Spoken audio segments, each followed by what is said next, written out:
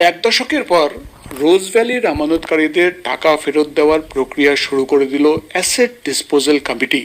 আমরা দেখলাম গতকালই ইডি অফিসাররা এই অফিসে আসেন এবং যেটা সূত্র মারফত আমরা খবর পাচ্ছি যে 19,40,00,000 টাকা ইডির তরফে এডিসির ব্যাংক অ্যাকাউন্টে ট্রান্সফার করা হয়েছে। আমাদের সঙ্গে রয়েছেন এই কমিটির chairperson x justice mister Dilip Seth.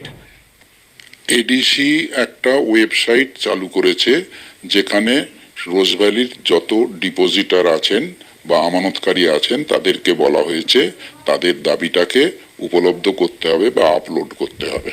সেইটা ওই আপলোড করার পর আমরা সেটাকে স্ক্রুটিনি করব, করে যেগুলো অ্যাপ্রুভড হবে তাদেরকে টাকা ফেরত দেওয়া হবে। ইডি যে টাকা জব্দ করেছে বা সিজ করেছে সেই টাকাটা সবটাই ডিপোজিটারের টাকা, সেই টাকাটা ডিপোজিটারকে ফেরত দিতে হবে। ইডি একটা হচ্ছে শুধু কাস্টোডিয়ান, তার কাছে টাকাটা জমা আছে। হাইকোর্ট এই এডিসিকেও অ্যাপয়েন্ট করেছেন এই টাকাগুলো ফেরত দেওয়ার প্রক্রিয়াটাকে ঠিক করে সঞ্চালন করার জন্য। আইনটা প্রথমে যা ছিল তাতে ছিল যে আইন প্রক্রিয়াটা শেষ হলে, কনভিকশন হলে তবেই তোমার তার সম্পত্তিটা বাজেয়াপ্ত হতে পারবে বা কনফিসকেটেড হতে পারবে, তখনই সেটাকে ফেরত দেওয়ার প্রক্রিয়া শুরু হবে। কিন্তু সেটা করতে অনেক সময় লাগবে। তার জন্যে আমরা ইডির সঙ্গে আমার বৈঠক হয়েছিল এবং তাদেরকে ইমপ্রেস করা হয়েছিল যে তোমরা একটা কিছু রাস্তা বার করো।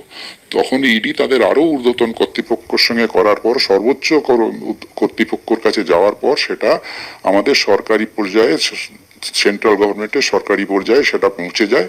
যার পরে প্রধানমন্ত্রী নরেন্দ্র মোদীজি ঘোষণা করেন যে পঞ্জি স্কিমের টাকা ফেরত দেওয়া হবে।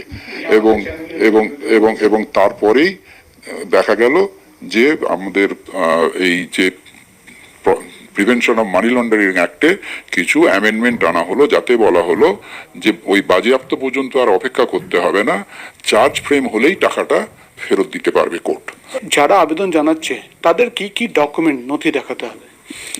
তাদের তো এখানে সমস্তটাই ওয়েবসাইটে পরিষ্কার বলা আছে। তাদেরকে তাদের নিজেদের যে সার্টিফিকেট আছে সেটা দিতে হবে, আধার কার্ড দিতে হবে, প্যান কার্ড দিতে হবে, ব্যাংকের ডিটেলস দিতে হবে, যাতে করে আমরা আইডেন্টিফাই করতে পারি যে এই সত্যিকারের ডিপোজিটার।